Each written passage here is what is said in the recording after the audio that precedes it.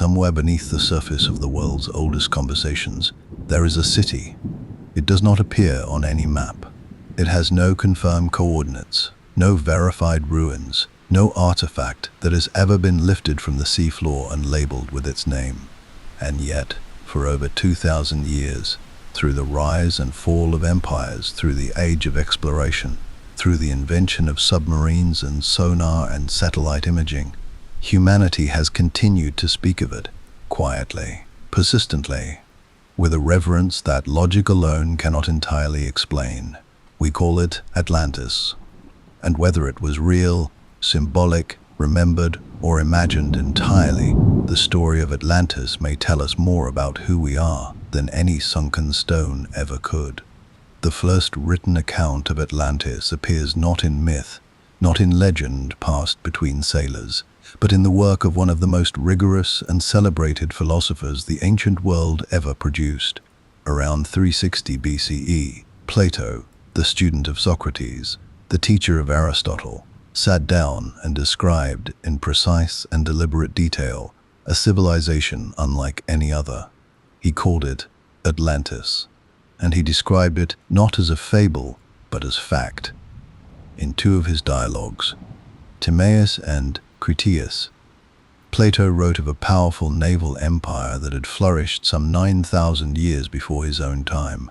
He described a continent beyond the Pillars of Hercules, what we now call the Strait of Gibraltar, a vast landmass in the Atlantic Ocean, home to a civilization of extraordinary sophistication.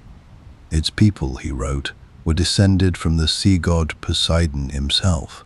They built concentric rings of land and water around their central royal palace, connected by canals wide enough for warships. They constructed bridges, tunnels, hot and cold running water, grand temples lined with gold and ivory, and walls finished with a rare, luminous metal called orichalcum, a material that shimmered like fire in the sun and has never been conclusively identified.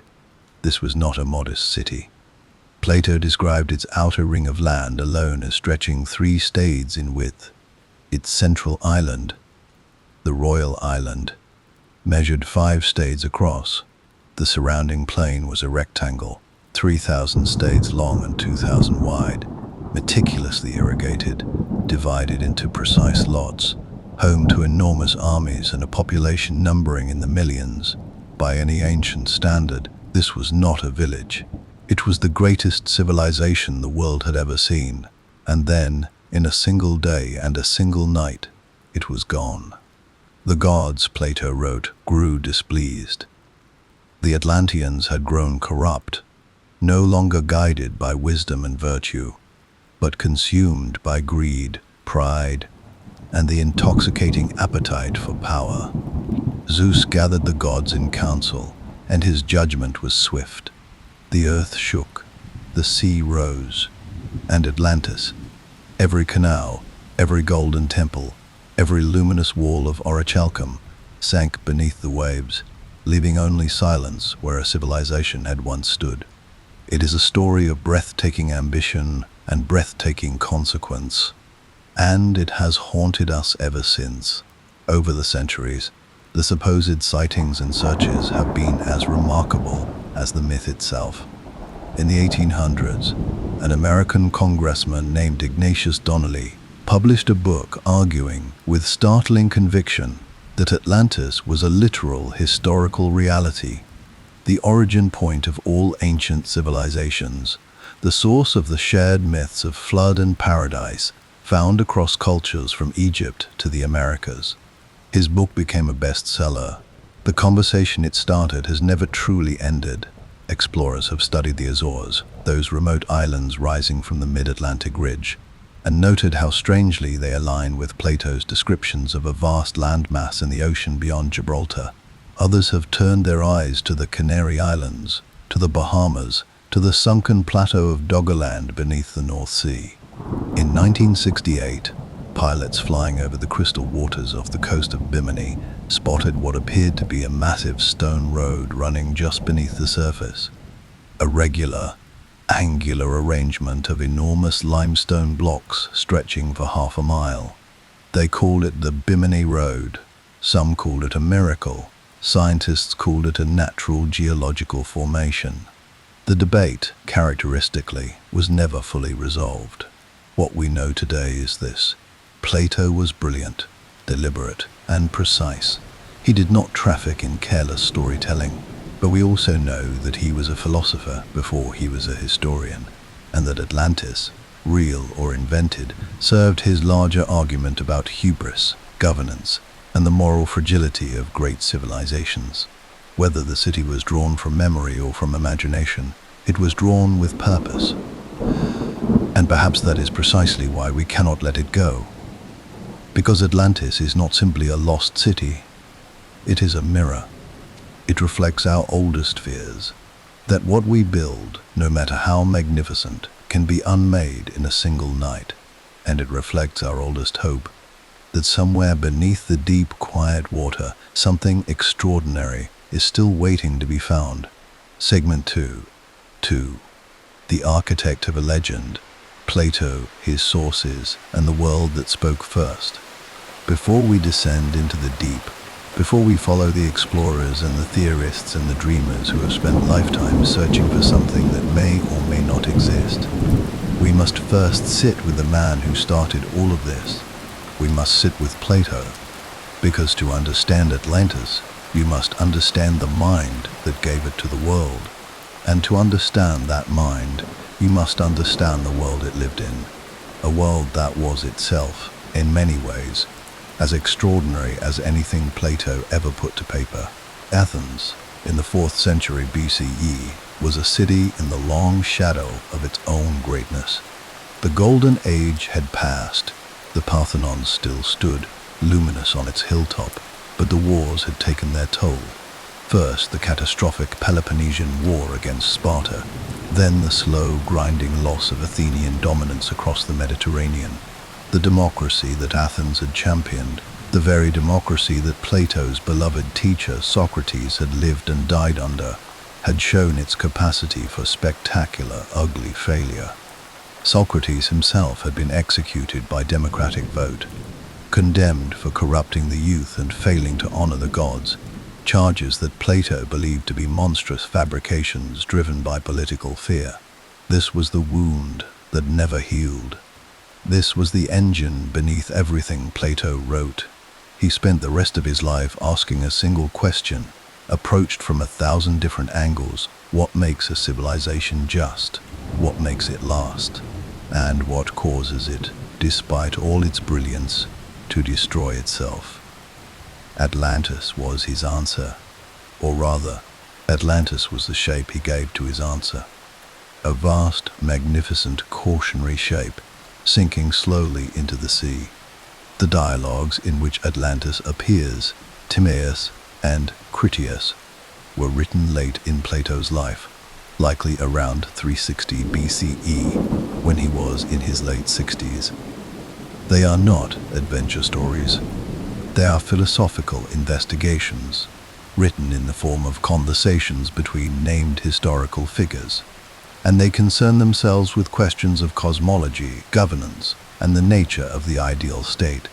Atlantis arrives in this context not as spectacle but as evidence, a historical case study in what happens when power outgrows virtue. What makes the account genuinely remarkable and genuinely difficult to simply dismiss is the specificity with which Plato writes. He does not gesture vaguely at a lost civilization somewhere in the sea. He provides measurements. He provides timelines. He describes the architecture of the capital city in the kind of detail that architects and urban planners have studied for centuries. The concentric rings of alternating land and water, each ring precisely dimensioned. The bridges, each wide enough to accommodate a chariot. The canal connecting the sea to the innermost ring, 300 feet wide and 100 feet deep. A feat of engineering that would challenge modern construction. He names the metals used in the walls: bronze on the outer wall, tin on the middle, and on the innermost wall surrounding the temple of Poseidon, orichalcum, glowing like fire, more valuable than anything except gold.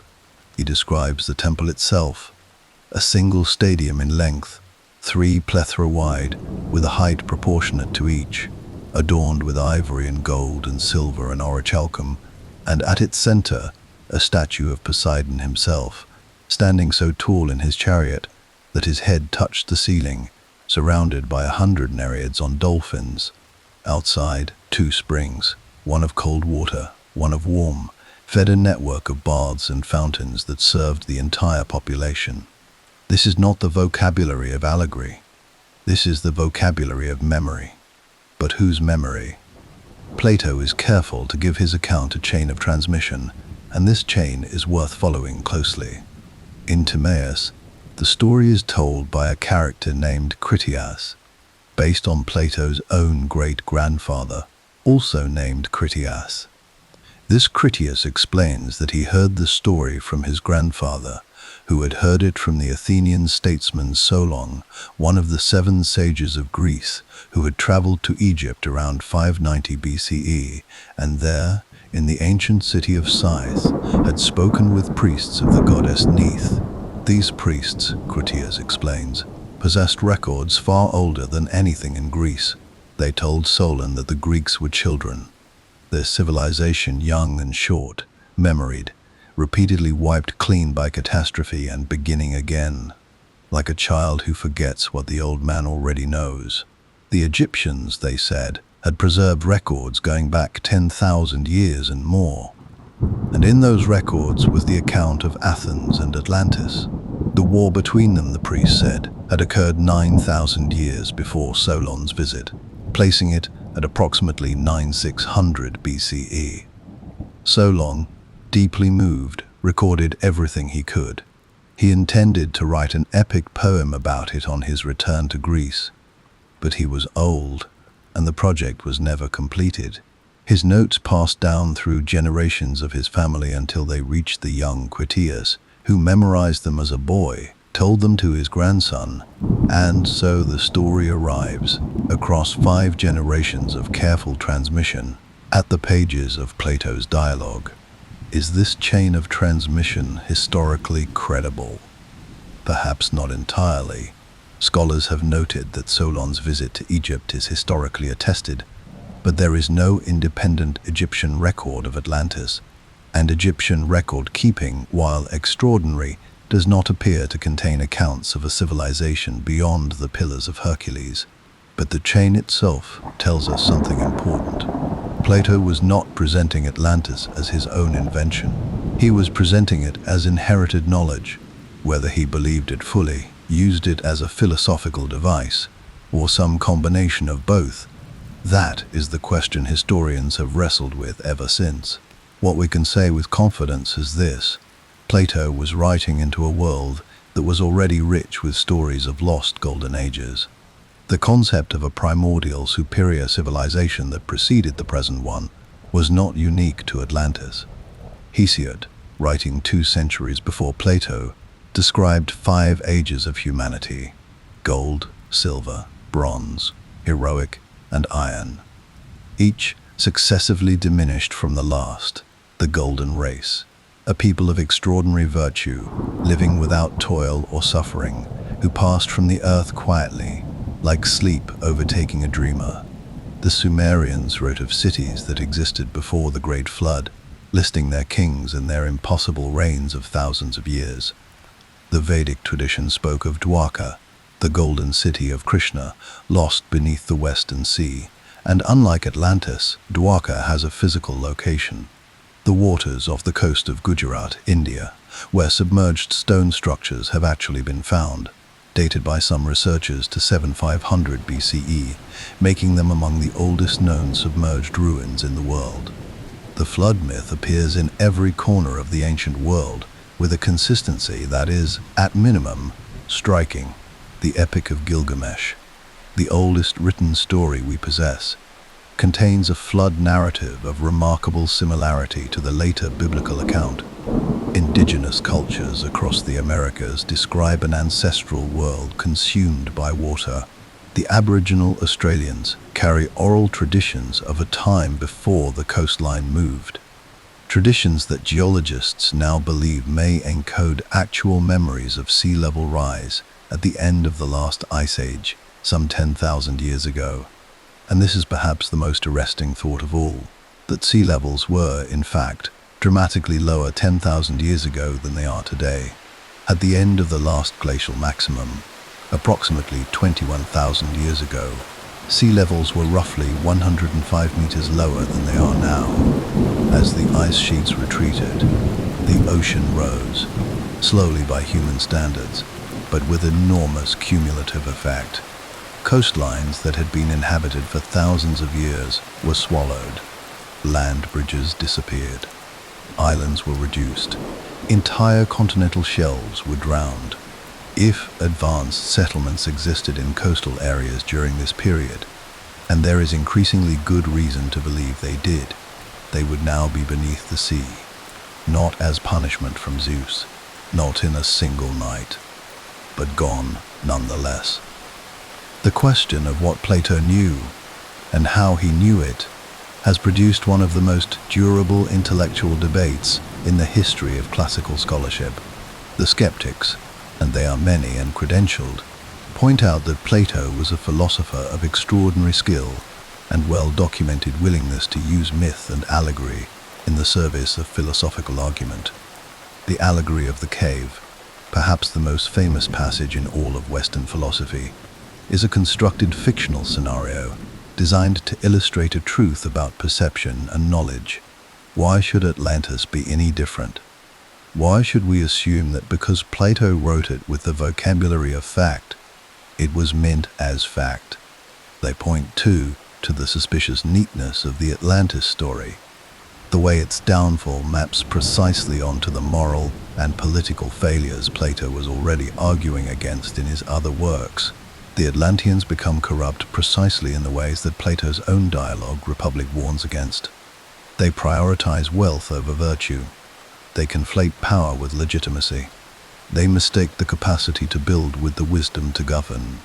It is almost too perfect, a civilization designed to fail in exactly the right ways to prove exactly the right philosophical point. The believers, and they too are many, though perhaps less credentialed on average, counter that the specificity of Plato's account is exactly the kind of detail that invention tends not to produce. Allegories do not require canal dimensions. Parables do not need to specify the depth of a city's hot springs.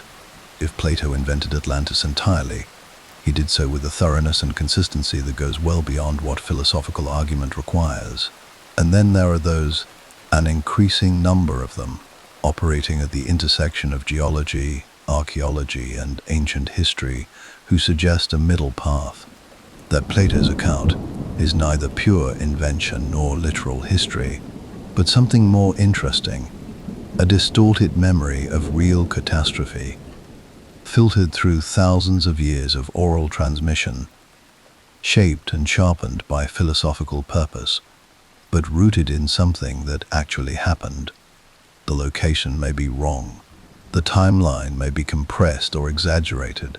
The grandeur may have been amplified by the long telephone of myth. But somewhere in the foundation of the story, they argue, there is bedrock. There is one more detail in Plato's account that demands attention before we move forward. It is easy to overlook, but it is, in many ways, the most human detail of all. When the priests of Sais describe the Atlanteans to Solon, they do not describe monsters. They do not describe a civilization that was always corrupt, always destined for ruin. They describe something far more recognizable and far more troubling.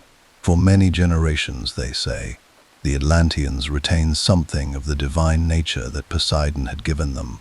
They were distinguished, as Plato writes, by the greatness of their spirit, a phrase that carries in the original Greek both the sense of magnanimity and of ambition. For generations, they were wise enough to see that virtue was their true wealth, and they treated gold and opulence as things to be used, not worshipped. And then, gradually, almost imperceptibly, the divine nature within them was diluted. The human nature gained the upper hand. They began to behave in ways that were unseemly, a word Plato uses with quiet devastation. They still appeared beautiful on the surface. They still commanded their extraordinary cities. But Zeus, looking down, could see what the people themselves could not yet see, that they had become less than what they were. That is the line that undoes everything. Not the earthquake, not the flood. The moment when a great civilization looked inward and found, slowly and without drama, that it had traded something irreplaceable for something it could count. It is a very old story, and it is never entirely someone else's story. Atlantis was not only a place, it was a warning dressed as a city, and warnings, as Plato well knew, are only useful to those who are still willing to listen. There is a particular kind of obsession that Atlantis produces in people. It is not the feverish, reckless obsession of conspiracy, though that variety exists too, and we will not pretend otherwise. It is something quieter and, in many ways, more interesting. It is the obsession of the careful person who has looked at the evidence from every angle, who has read Plato with a scholar's patience and a detective's eye, and who arrives at the same uncomfortable conclusion again and again, that something does not quite add up, and that the something which does not add up is too large and too specific to simply wave away. Over the centuries, this obsession has produced geographers, geologists, archaeologists, classicists, deep-sea explorers, and at least a few individuals who probably should have chosen a different subject for their life's work, but who could not, in good conscience, choose anything else. It has produced theories ranging from the brilliantly argued to the genuinely bewildering. It has pointed fingers at islands, continents, coastlines, and ocean floors on nearly every inhabited body of water on Earth. What is remarkable is not that so many theories exist. What is remarkable is how many of them contain, at their core, a fragment of genuine and serious evidence. We will travel through the most compelling of them now, not to reach a verdict. The evidence does not yet permit a verdict, but to understand how each theory illuminates a different facet of this extraordinary, enduring mystery. The Mediterranean, the theory that fits most comfortably. We begin closest to home, or rather, closest to Plato's home. For many classical scholars, the most defensible position is that Atlantis, if it has any historical basis at all, refers to a civilization within the Mediterranean world, one that Plato or his sources knew of, transformed and magnified through the lens of philosophical storytelling. And within the Mediterranean, one candidate rises above the rest with a persistence and a specificity that cannot be easily dismissed. Santorini. Or rather, the island that Santorini used to be. Today, Santorini is one of the most photographed places on Earth. A crescent of white-walled villages perched on the edge of a vast, flooded volcanic caldera, its blue-domed churches and sunsets so perfectly composed that the island seems almost deliberately arranged with human admiration. But what Santorini is today is a remnant, a surviving edge. What it was, approximately 3,600 years ago, was something altogether different. Around 1600 BCE, give or take a few centuries, as the dating remains a matter of active scholarly debate, the island of Thera experienced one of the most powerful volcanic eruptions in recorded human history. The eruption index puts it at a 7 out of 8 on the Volcanic Explosivity Index, releasing energy equivalent to hundreds of nuclear weapons, ejecting an estimated 60 cubic kilometers of material into the atmosphere, and sending tsunamis across the eastern Mediterranean, powerful enough to have reached the coast of Egypt. The center of the island simply ceased to exist. It collapsed inward into the sea, leaving the caldera that today makes Santorini so dramatically beautiful. But before it erupted, Thera was home to a sophisticated civilization, the Minoans, or more precisely, to a Minoan colony called Akrotiri. excavated beginning in the 1960s by the Greek archaeologist Spiridon Marinatos, and since revealed to be one of the most extraordinary Bronze Age sites ever uncovered. Akrotiri was a prosperous, highly organized coastal city, multi-story buildings with indoor plumbing, elaborate frescoes of remarkable artistic sophistication, a society clearly comfortable with wealth and trade and beauty. Its people had time, before the eruption, to evacuate. No bodies have been found at Akrotiri, which means they saw it coming, gathered what they could carry, and left. They left, and then the city was buried under meters of volcanic ash, and then the sea came in, and then for 3,000 years, nobody knew it had existed. The parallels to Plato's account are seductive. An advanced island civilization in the sea, consumed by geological catastrophe, vanished within what must have felt, to those who witnessed the aftermath, like a single terrible moment. The Minoan civilization, centered on Crete but reaching across the Aegean, was indeed a naval power of extraordinary sophistication, maintaining trade networks across the Mediterranean and constructing palace complexes of a scale and elegance unmatched in the ancient world. There are, however, problems. The Minoan collapse and the eruption of Thera predate Plato by more than 1,000 years, but Plato places Atlantis 9,000 years before Solon's visit, not 1,000. The scale is wrong too. Thera was a significant island, but nothing close to the continental landmass Plato describes. And Thera is not beyond the Pillars of Hercules. It is squarely within the Mediterranean, in full view of the ancient Greek world. Proponents of the Thera theory respond that the timeline discrepancy may be a translation error, that Solon, working with Egyptian hieroglyphic records, may have misread a symbol for hundreds as thousands, compressing the actual date to something far more historically plausible. It is not an unreasonable argument, but it requires us to accept that one of the account's most specific and verifiable details, its timeline, is simply incorrect. And so we push further, beyond the Pillars of Hercules, as Plato instructed, and out into the open Atlantic. The Atlantic, taking Plato at his word.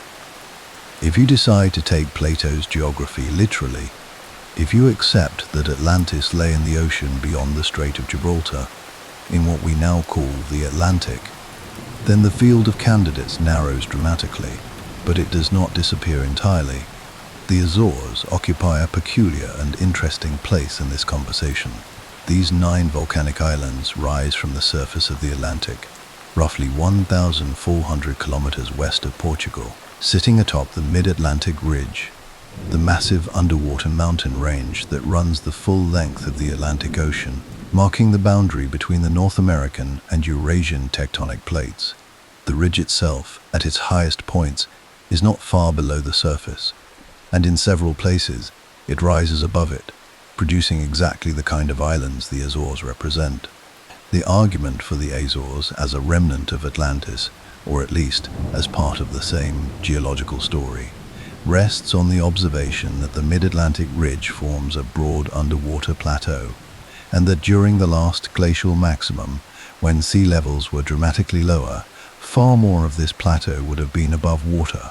Some researchers have argued that the Azores platform was once a substantial landmass, significantly larger than its current island remnants, before the combination of sea level rise and volcanic subsidence reduced it to what we see today.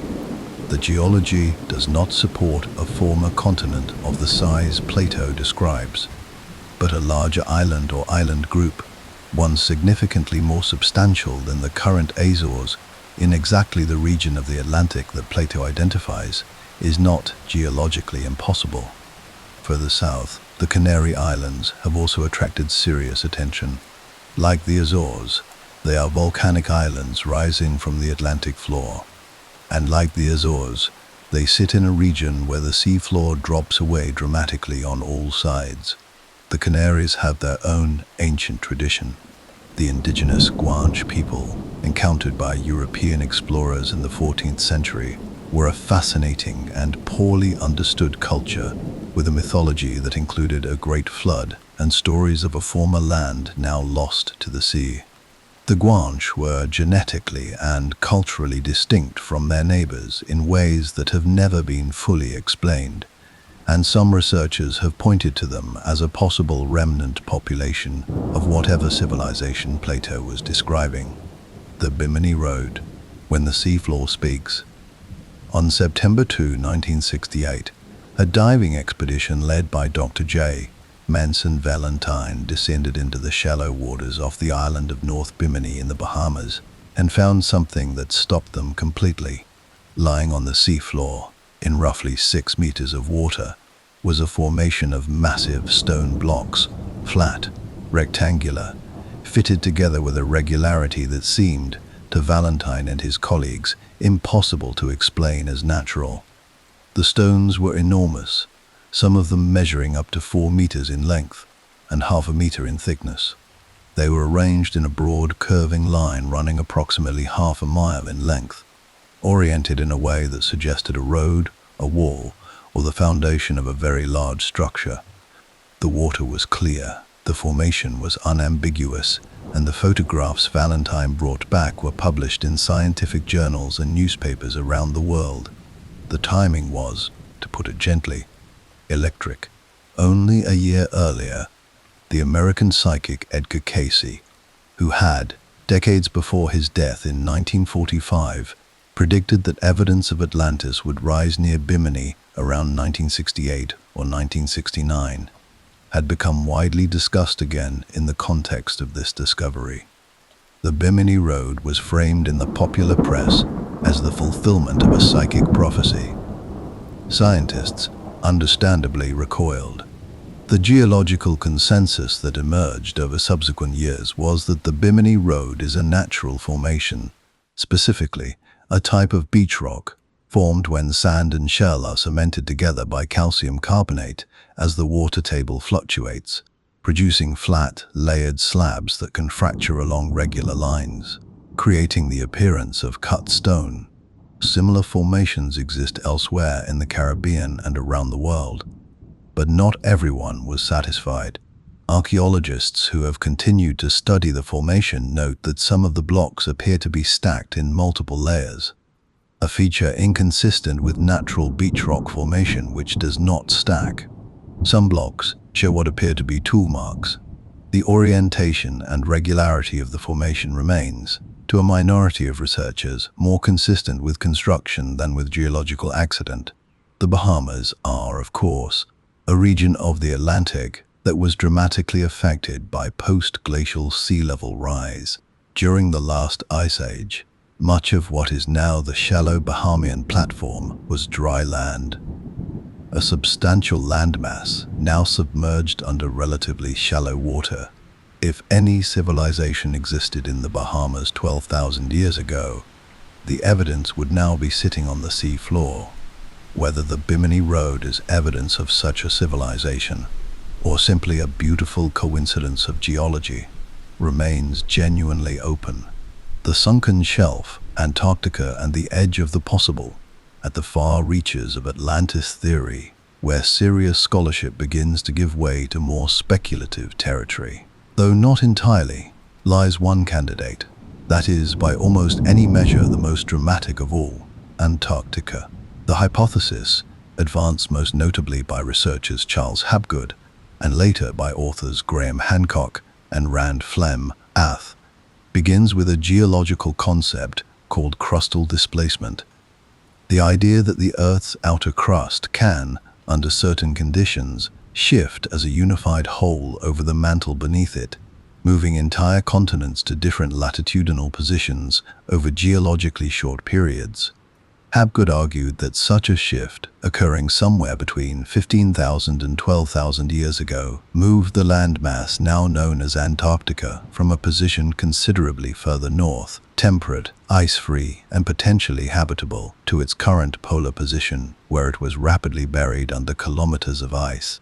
If true, and mainstream geology does not accept crustal displacement as Hapgood described it. This would mean that Antarctica was once a viable location for an advanced civilization, and that the ice sheets now covering it are relatively recent in geological terms. The most intriguing piece of evidence cited in support of this hypothesis is the Piri-Reis map, an Ottoman map drawn in 1513 CE by the admiral and cartographer Piri-Reis, who noted in his own annotations that he had compiled it from a collection of much older source maps. The Piri-Reis map depicts with startling accuracy for its time the coastlines of South America and what appears to be a landmass to the south that some researchers have identified as Antarctica, depicted without ice, with a coastline that roughly corresponds to what seismic surveys suggest lies beneath the current ice sheet.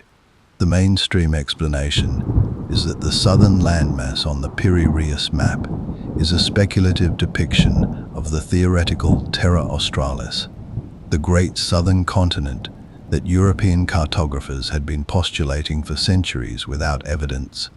But the argument that its contours are suspiciously accurate for mere speculation has never been entirely put to rest.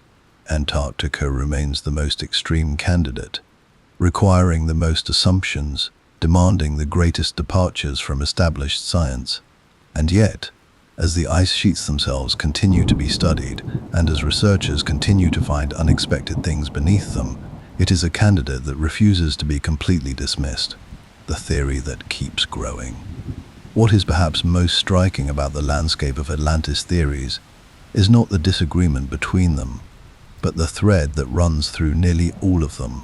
Almost every serious candidate, Tira, the Azores, the Bahamas, the sunken shelves of the Atlantic and Mediterranean, points to the same geological moment, the end of the last ice age, the period between approximately 12,000 and 8,000 years ago, when sea levels rose dramatically, when coastlines were reorganized on a global scale, when the world that Ice Age humanity had inhabited for tens of thousands of years was swallowed, gradually, and then all at once, by the rising sea. If advanced human settlements existed during this period, and the evidence that humans were far more sophisticated in this era than we once assumed is growing with every passing decade of archaeology, then those settlements are now, in many cases, underwater. They are sitting on continental shelves and submerged platforms in shallow seas and drowned river valleys, waiting for the technology and the will and the funding to find them.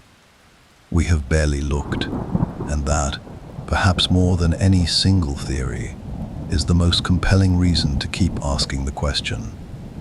Every serious search for Atlantis leads eventually to the same place, not a specific set of coordinates, not a sunken temple or a drowned column, but to the edge of the map, that old, honest notation that navigators once used when their knowledge ran out. Here be dragons. What they meant, of course, was, here be everything we do not yet know. There is a question that serious researchers of ancient history eventually find themselves unable to avoid. It arrives quietly, usually after years of study, after enough time spent sitting with the texts and the ruins and the geological records that the pattern becomes too persistent to ignore. It is not a dramatic question. It does not arrive with any particular fanfare. It simply surfaces, the way deep things do, from beneath the accumulated weight of evidence. The question is this: what if we are not the first? Not the first intelligent species? That is a different conversation, and a largely speculative one. But the first complex, organized, architecturally sophisticated human civilization, the first society that built cities and kept records and developed systems of mathematics and astronomy and governance and trade, we have assumed, with the comfortable confidence of people who have always been told they stand at the pinnacle of a long and well-documented progression, that human civilization began in Mesopotamia and Egypt around 5,000 years ago, spread outward from there, and has been developing in a more or less linear fashion ever since.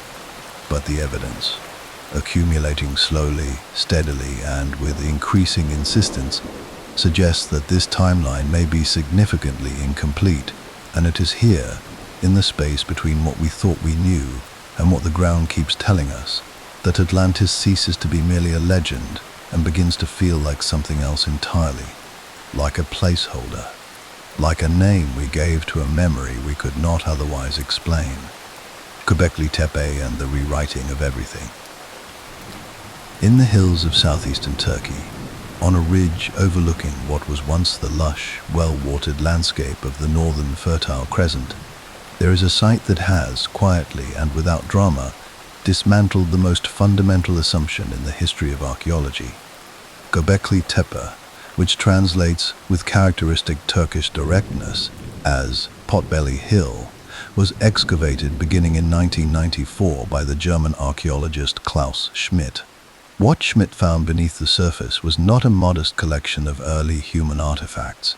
It was a complex of massive T-shaped limestone pillars, standing up to 6 meters tall and weighing up to 20 tons, arranged in circular enclosures and decorated with extraordinarily detailed carvings of animals: foxes, lions, vultures, scorpions, ibises, crocodiles, rendered with an artistic sophistication that stopped Schmidt and his team entirely in their tracks. The oldest layers of Göbekli Tepe have been dated to approximately 9600 BCE. Let that date rest for a moment. 9600 BCE, 12,000 years ago, at a time when, according to the standard archaeological model, human beings were nomadic hunter-gatherers without agriculture, without permanent settlements, and without anything approaching the organizational capacity required to quarry, transport, shape, and erect 20-ton limestone pillars with precision-carved reliefs. And yet here they are, not a single pillar, not a modest shrine, but a complex of multiple enclosures, organized across a hillside, clearly the product of sustained communal labor, organized over a long period by a society with a shared symbolic vocabulary, an established religious or ceremonial tradition, and the logistical capacity to feed and coordinate hundreds or possibly thousands of workers. There is no evidence of agriculture at Göbekli Tepe. The people who built it appear to have been hunter-gatherers, which means one of two things. Either hunter-gatherers were capable of a level of social and architectural organization that we have never previously credited them with, or there was something else going on, some broader social or cultural framework we have not yet identified. That made this construction possible. Klaus Schmidt, before his death in 2004, believed Göbekli Tepe changed everything. He believed it suggested that the impulse toward complex social organization, toward ceremony, toward monumental construction, toward the kind of shared symbolic life that makes civilization possible, preceded agriculture, not followed from it, that humans did not build temples because they had farms. They built farms because they had temples. The spiritual and communal impulse came first, but there is something else about Göbekli Tepe that haunts the broader conversation about lost civilizations. It was deliberately buried. Sometime around 8000 BCE, the entire complex was intentionally filled in. The pillars carefully covered with rubble and soil. The site sealed and left for the earth to reclaim. Nobody knows why. The people who built it simply covered it over and walked away, leaving it in near-perfect preservation for 12,000 years. A civilization sophisticated enough to build Göbekli Tepe existed at exactly the moment Plato places Atlantis. At exactly the moment that sea levels were rising across the world. And then it vanished from the record, leaving behind only what the earth agreed to keep. The flood that everyone remembers. Step back further. Step back from any single site, any single culture, any single theory, and look at the whole map of human mythology at once. What you find when you do this is one of the most striking patterns in the entire history of human culture. Across every inhabited continent, across cultures that had no contact with one another, across languages and traditions, separated by thousands of miles and thousands of years. There is a story. It is always, in its essential structure, the same story.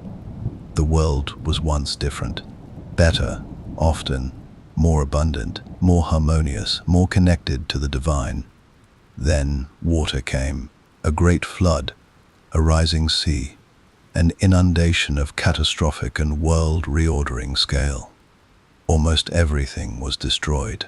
A remnant survived, a family on a boat, a chosen people on a mountaintop, a wise king warned by the gods. And from that remnant, the world began again. The Sumerians told this story in the Epic of Gilgamesh, which predates the biblical account of Noah by at least 1,000 years, and contains details so similar. A divinely warned hero, a boat, the release of birds to find land, the eventual grounding on a mountain, that scholars have debated their relationship for over a century. The Babylonian version names the survivor Utnapishtim.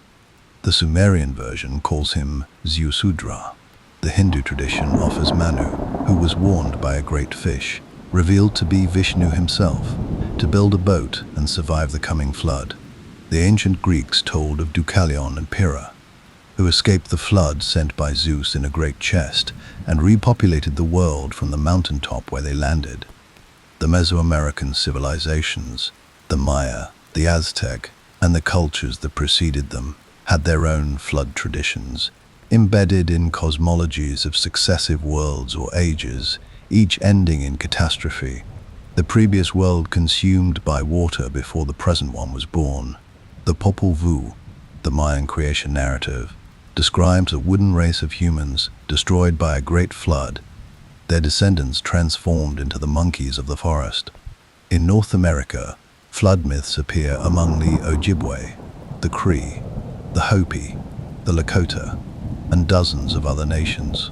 In South America, the Inca tradition speaks of Viracocha, the creator god who survived a great flood and walked among the surviving people as a teacher before departing across the sea.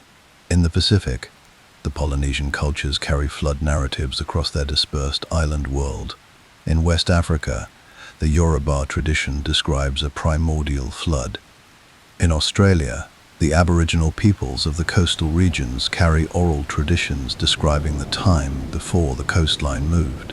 Traditions that some researchers have suggested encode genuine memories of sea level rise, going back as far as 10,000 years, potentially making them the oldest, continuously maintained oral histories on Earth. This is not coincidence. The distribution is too wide, the structural similarity too consistent, the detail too specific. Something happened, something real, geological, and global, that entered the memory of every human culture on Earth and has never entirely left it. We know what it was: the end of the last ice age, the great melt, the slow century-by-century rise of the world's oceans that drowned the coastlines where, we now understand, the majority of Ice Age humanity lived.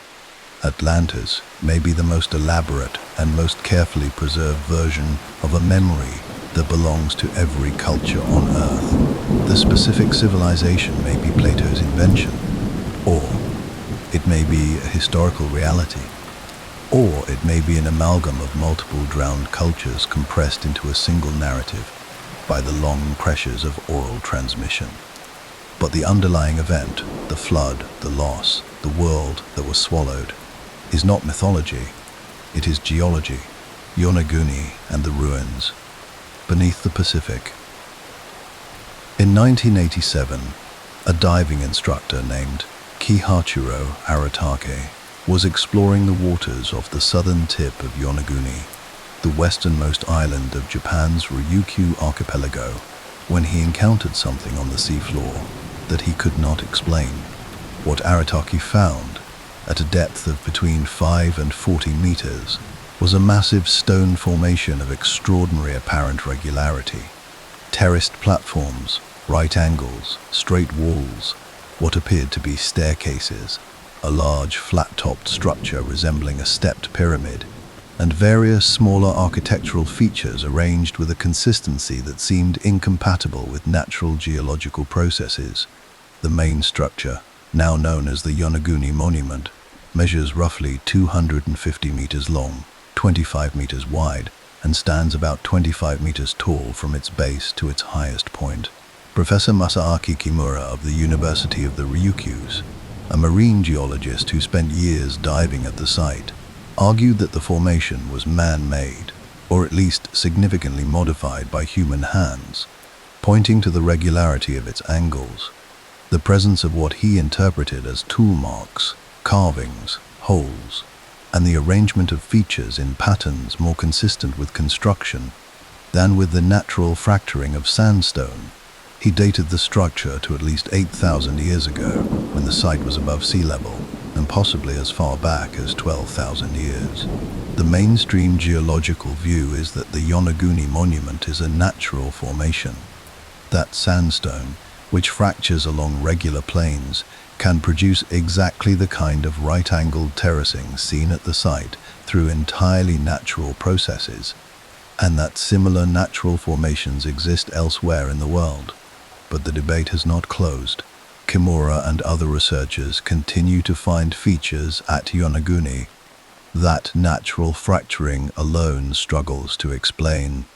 A structure that appears to be a stone circle, carvings that resemble animal figures, what may be a road running along the base of the main monument, and the fundamental geological fact remains undisputed. Whatever the Yonaguni Monument is, it was above sea level several thousand years ago, during a period when human beings were unquestionably present in the Ryukyu Islands. If it is artificial, it is the oldest known megalithic structure on Earth. If it is natural, it is one of the most remarkably organized natural formations ever found. Neither answer is without consequence. Dwarka, the myth that became real. Of all the lost cities of legend, Dwarka occupies a position of particular poignancy. In the Hindu tradition, Dwarka is the golden city built by Krishna on the western coast of India, a city of extraordinary beauty and sophistication, said to have been constructed by the divine architect Vishwakarma at Krishna's request after Krishna led his people from Mathura to the sea. After Krishna's death and ascension, the tradition holds, the sea rose and reclaimed Dwarka, swallowing the city in a single day, as if the ocean itself was unwilling to let a city of such perfection continue without its creator. For thousands of years, this was considered mythology, a beautiful story, but a story. Then, in 1983, the Archaeological Survey of India began marine excavations in the shallow waters off the coast of Dwarka in Gujarat. What they found, between depths of approximately 5 and 12 meters, were stone structures, walls, pillars, triangular stone anchors of a type consistent with those found at known Bronze Age sites. Extending across a substantial area of the seafloor, the structures have been dated using thermoluminescence to approximately 9,000 years ago, which would make them among the oldest submerged architectural remains in the world. Further exploration in subsequent years revealed additional structures, and the site has been studied intermittently since, though funding and logistical challenges have limited the scope of the work. What has been confirmed is that there are, without serious dispute, man-made structures of significant age on the seafloor off the coast of Dwarka, at a location that was above sea level during the post-glacial sea level rise. Dwarka does not prove Atlantis, but it does something almost as important. It demonstrates that a city described in ancient tradition as having been swallowed by the sea can, in fact, turn out to be on the seafloor. It is a proof of concept for the possibility that ancient oral traditions, however mythologized, can encode genuine geographical and historical memory.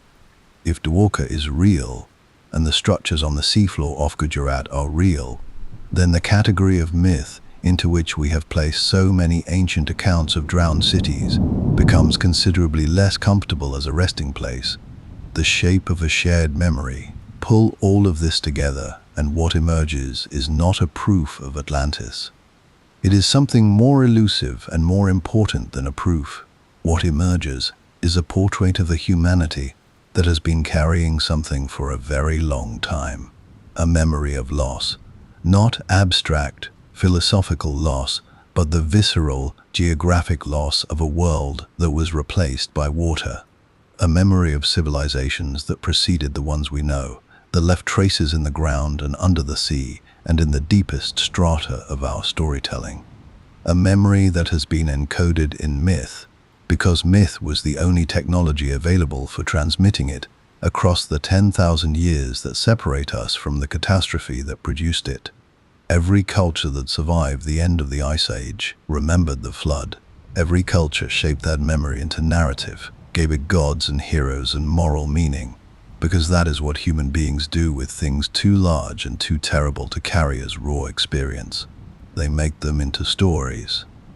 And stories, told carefully enough, can survive 10,000 years. Plato was the inheritor of one such story, whether he received it from Egyptian priests, as he claims, or constructed it from the philosophical materials available to him, or some combination of the two. He was working within a tradition of flood memory that extended across the entire ancient world. He gave it a name, a location, a set of dimensions, a moral architecture. He made it Atlantis. But the grief at the center of it, the grief of a world swallowed, of a civilization of extraordinary promise consumed by forces larger than human ambition, that grief is not Plato's invention. That grief is ours, all of ours.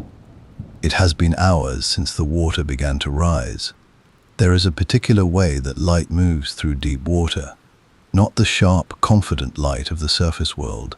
Something softer, something that arrives having traveled a long way, having passed through darkness, arriving changed.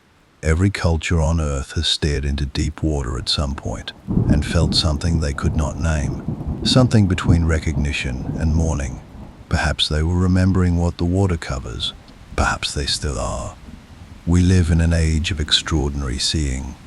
We have telescopes that can resolve the atmospheres of planets, orbiting stars 400 light-years away.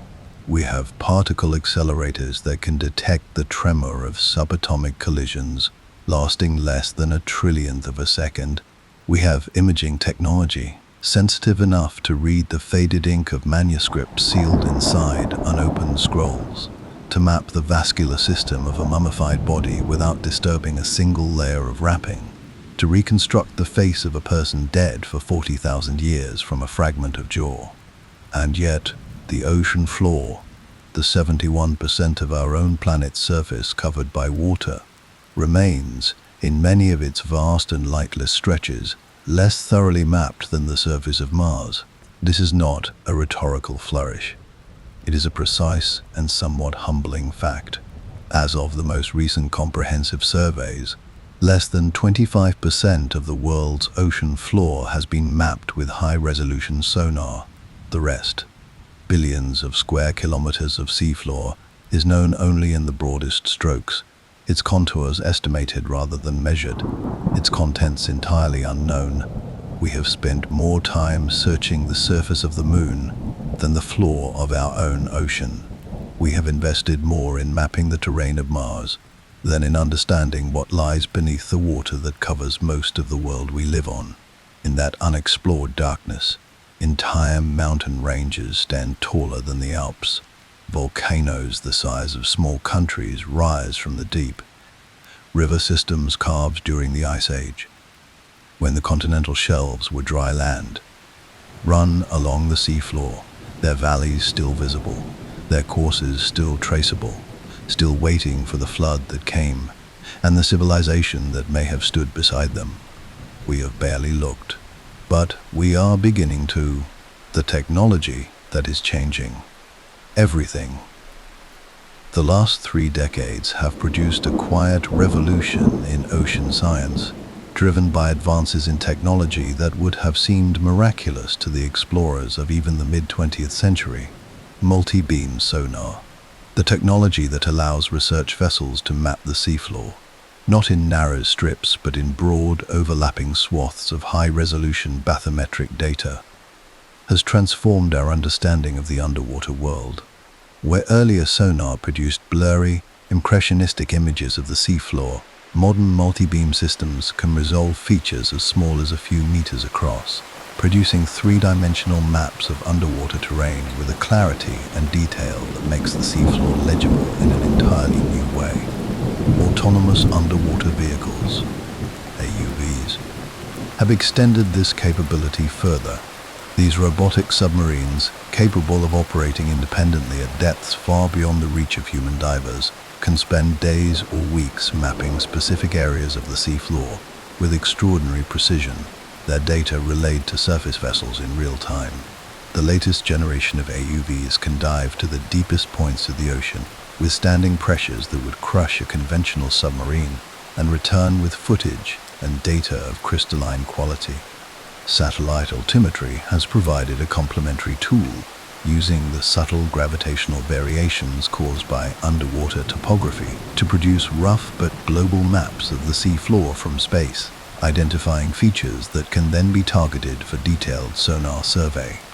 And increasingly, artificial intelligence is being brought to bear on the resulting datasets, systems trained to identify patterns in sonar returns that human analysts might miss, to flag anomalies worth investigating, to process in hours the kind of data that would take a human team years to analyze by hand. The net effect of all this is that the ocean floor is, for the first time in human history, becoming truly visible. Not all of it, not quickly, but the pace is accelerating, and what we are finding as it comes into focus is, in several respects, already rewriting what we thought we knew, what has already been found. The Mediterranean Sea, shallower and more intensively studied than the open ocean, has offered some of the most striking discoveries of recent decades. Off the coast of Greece, at a depth of roughly 22 meters in the Gulf of Corinth, divers discovered the submerged ruins of the ancient city of Helaik, a city that, according to ancient accounts, was swallowed by the sea overnight in 3073 BCE, following an earthquake and tsunami. For centuries, Helaik was considered as legendary as Atlantis, a moral fable about divine punishment, cited by later writers including Plato's student Aristotle as evidence of the sea's capacity to reclaim what land once held. Then, in 2001, archaeologists confirmed the location of the ruins, and excavation of the submerged site has continued ever since. Helaik was real. The sea took it in a night. Aristotle was right. This matters enormously for the Atlantis conversation because it establishes something that needed establishing, that cities can, in fact, be swallowed by the sea with the kind of sudden, complete finality that Plato describes. Helaik is not alone. Pavlopetri, off the southeastern coast of Greece, is a submerged Bronze Age town. Streets, buildings, courtyards, storage areas, lying in approximately 3 to 4 meters of water, dated to at least 5,000 years ago, and only thoroughly mapped using three-dimensional computer modeling in 2009. Port Royal in Jamaica, once called the wickedest city on earth, slid into the Caribbean in an earthquake in 1692, and remains largely intact on the seafloor, its streets and buildings visible to divers. Alexandria's ancient royal harbour, including structures from the Ptolemaic period and possibly earlier, lies submerged off the Egyptian coast, its columns and statues photographed by underwater archaeologists in recent decades. The ocean is full of cities. This is no longer a metaphor, the shelf we have not yet searched, but it is not the well-studied shallows of the Mediterranean or the Caribbean that hold the most tantalizing unexplored territory. It is the continental shelves, the broad, gently sloping underwater platforms that extend from every continent's coastline before dropping away into the deep ocean. that represent the most significant and least explored frontier for underwater archaeology. During the last glacial maximum 21,000 years ago, sea levels were approximately 105 meters lower than they are today. The continental shelves, which slope relatively gently from the modern coastline to the shelf edge at depths of roughly 100 to 200 meters, were at that time largely or entirely above water. They were not barren underwater plateaus waiting to be flooded. They were coastal lowlands, with rivers, estuaries, forests, and wetlands. Some of the most biologically productive and human habitable environments on the planet. The North Sea Shelf, now under approximately 50 to 100 meters of water between Britain and mainland Europe, was a continuous landmass during the Ice Age. Researchers have named it Doggerland, and it was, by all ecological indications, extraordinarily rich habitat. Trawlers fishing the North Sea have been pulling up the bones of woolly mammoths, ancient horses, aurochs, and red deer from the seafloor for over a century. In 2019, a human skull fragment dated to approximately 9,500 years ago was identified among such trawler finds. A person who lived on Doggerland before the sea took it, whose remains have been sitting on the seafloor ever since. The Persian Gulf was largely dry land during the last glacial maximum, a river valley fed by the Tigris, Euphrates, Karun, and Wadi Batan rivers, creating what some researchers have called the Gulf Oasis, a well-watered, sheltered environment that would have been prime human habitat. This region flooded as sea levels rose, reaching roughly its modern configuration by approximately 6,000 years ago. The same people whose descendants built Sumer and Babylon may have lived on the floor of the Persian Gulf for thousands of years before the sea covered it. The Indian Ocean shelves around India, Sri Lanka, and Southeast Asia contain similar stories. The Sunda Shelf, the broad underwater platform connecting what are now the islands of Indonesia to mainland Southeast Asia, was a landmass the size of Western Europe during the Ice Age, home, almost certainly, to large human populations that were displaced as the sea rose and the land fragmented into the archipelago we know today. Some researchers have proposed that this region, which they call Sundaland, may have been the cradle of a sophisticated maritime culture, its people dispersed across Southeast Asia, the Pacific, and the Indian Ocean as the flood took their homeland, carrying with them knowledge of navigation and agriculture that seeded the cultures of the ancient world. We have not searched these shelves, not systematically, not with the technology now available to us. The surveys that have been conducted are limited in scope, driven by commercial interests in oil and gas rather than by archaeological intent. The overwhelming majority of the drowned continental shelves of the world remain as unexplored, in any archaeologically meaningful sense, as the surface of an alien planet. The researchers who are looking anyway. Within the academic establishment, underwater archaeology remains a discipline of limited funding and sometimes limited respect, associated in the popular imagination with treasure hunting and sensationalism, struggling to maintain the methodological rigor that its land-based counterpart takes for granted. The difficulties are real. Underwater excavation is expensive, technically demanding, and logistically complex in ways that dwarf the challenges of even the most remote terrestrial dig. But the researchers are there, and their work is producing results that demand attention. Robert Ballard, the oceanographer who located the wreck of the Titanic in 1985, has spent significant portions of his career searching for evidence of human habitation on submerged continental shelves. In 2000, his team found, on the floor of the Black Sea, approximately 12 miles off the coast of Turkey, a preserved wooden structure, posts, planks, and beams, lying at a depth of over 300 meters, in water so oxygen-depleted that organic materials survive indefinitely without decay. The structure was dated to approximately 7,000 years ago. It is the oldest known submerged structure in the Black Sea, and its existence there, in deep water, far from the modern shore, is consistent with the theory that the Black Sea itself was dramatically reorganized during the post-glacial period, when the rising Mediterranean broke through what is now the Bosphorus and flooded a much smaller freshwater lake, inundating thousands of square kilometers of inhabited shoreline in a catastrophe that some researchers believe contributed to the global flood tradition. Graham Hancock, a journalist and author rather than a credentialed archaeologist, has spent decades arguing, with persistence, if not always with the full endorsement of mainstream academia, that evidence of pre-Ice Age civilization is waiting to be found on the continental shelves. His work has been criticized, sometimes fairly, for overreaching the evidence and for presenting speculative connections with more certainty than the data supports.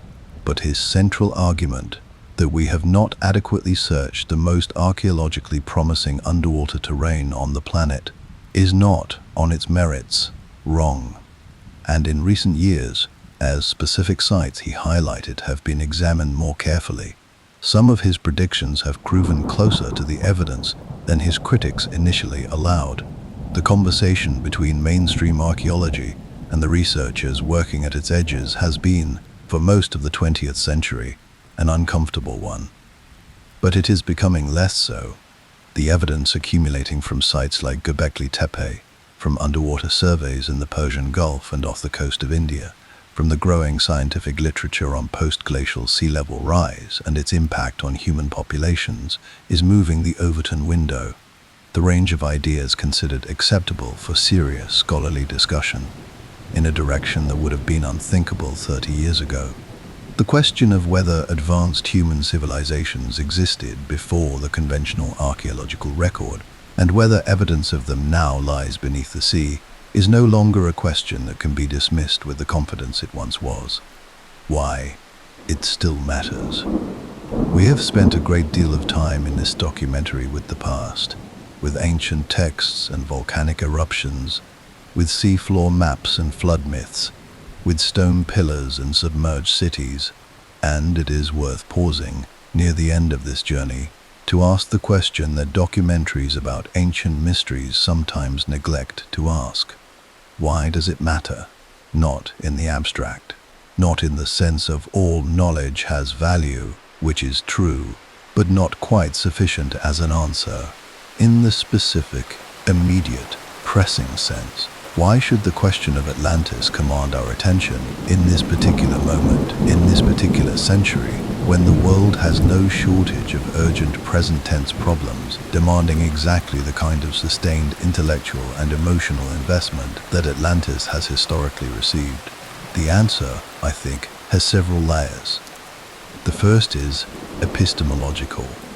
The story of Atlantis, in all its versions and implications, is fundamentally a story about the limits of what we know, and about our tendency to mistake those limits for the limits of what happened.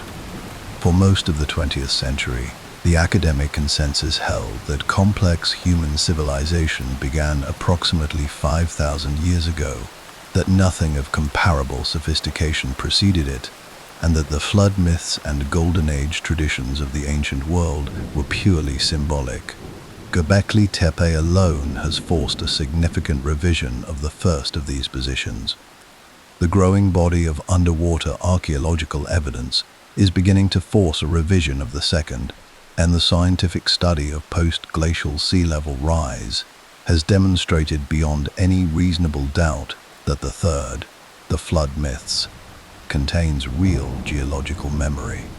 Every time we discover that something we dismissed was real, we are reminded that our maps are smaller than the territory, that the appropriate response to the unknown is not confident dismissal, but patient, rigorous inquiry. Atlantis, whatever it ultimately is, has served for 2.5 millennia as a persistent reminder that the map is not the territory, that somewhere beyond the edge of what we know, there are things waiting to be found. The second reason it matters is more personal, and perhaps more important. The story of Atlantis is, at its core, a story about loss. about the recognition that great things can be undone, that civilizations which reach extraordinary heights of sophistication and power are not thereby protected from collapse, that the very qualities which make a society extraordinary, unchecked and unmoored from wisdom, can accelerate its destruction rather than prevent it. Plato wrote this for Athens. He was watching a great civilization in the process of diminishing itself, not through external conquest alone, but through internal corruption, through the prioritization of power over virtue, wealth over wisdom, the short term over the long. He invented, or transmitted, or embellished the story of Atlantis because he wanted his readers to recognize something about their own world in the fate of that imagined one.